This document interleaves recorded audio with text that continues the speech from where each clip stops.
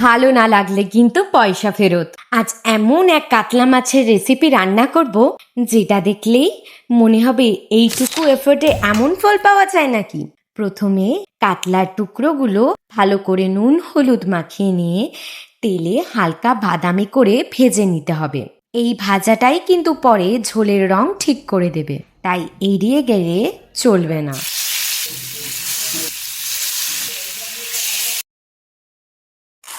এবার মিক্সিতে দিলাম সাদা কালো সর্ষে, পোস্ত, দুটো কাঁচা লঙ্কা, কাজু, টমেটো আর একটু জল। একটা মসৃণ পেস্ট তৈরি করলাম। তারপর এতে নুন হলুদ দিয়ে মিশিয়ে রেখে দিলাম।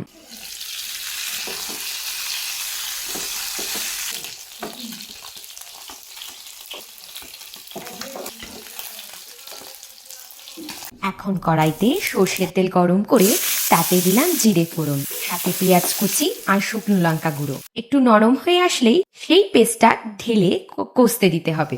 যখন মশলা থেকে তেল আলাদা হয়ে আসবে তখন তাতে ভাজা মাছগুলো দিয়ে ঢেকে দিতে হবে। ধীরে ধীরে উল্টে দিয়ে ঢাকনা দিয়ে দিলাম 2 মিনিটের জন্য।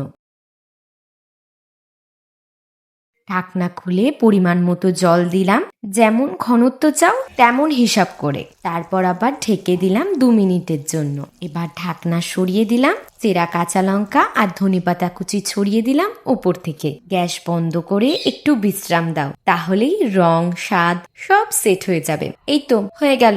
একবার বানিয়ে দেখো, ভালো না লাগলে পয়সা ফেরত। আর হ্যাঁ শোনো, লাইক না দিলে কিন্তু আমি আবার মন খারাপ করব।